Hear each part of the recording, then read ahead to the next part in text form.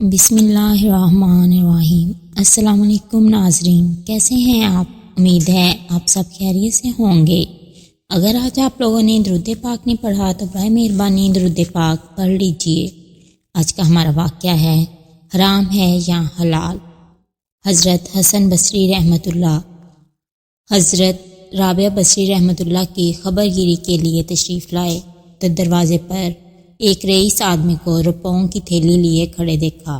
وہ حضرت رابعہ بصری رحمۃ اللہ کے دروازے پہ زارو قطار رو رہا تھا۔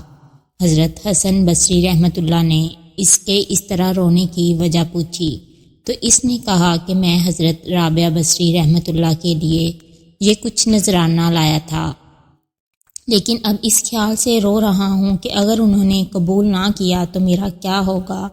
آپ رحمۃ اللہ سے گزارش ہے کہ میری سفارش فرما دیں۔ حضرت حسن بصری رحمۃ اللہ گھر کے اندر داخل ہوئے اور اس شخص کا پیغام حضرت رابعہ بصری رحمۃ اللہ کو پہنچا دیا۔ حضرت رابعہ بصری رحمۃ اللہ نے فرمایا، جو شخص اللہ عز و جل کو برا بھلا کہتا ہے تو اللہ عز و جل اس کی روزی بند نہیں کرتا، اور جس کی زندگی اس کی محبت میں گزرتی ہے اسے رزق کے بغیر بھی زندہ رکھتا ہے۔ جب سے میں نے اسے دیکھ لیا ہے مخلوق سے منہ پھیر لیا، اب تم ہی بتاؤ کہ میں کیسے لے سکتی ہوں، اور اس کی نسبت مجھے یہ بھی معلوم نہیں کہ حرام ہے یا حلال۔ اس طرح کی اسلامی اور معلوماتی ویڈیوز دیکھنے کے لیے میرے چینل کو سبسکرائب کریں، میری ویڈیوز کو لائک اور شیئر کریں۔ شکریہ۔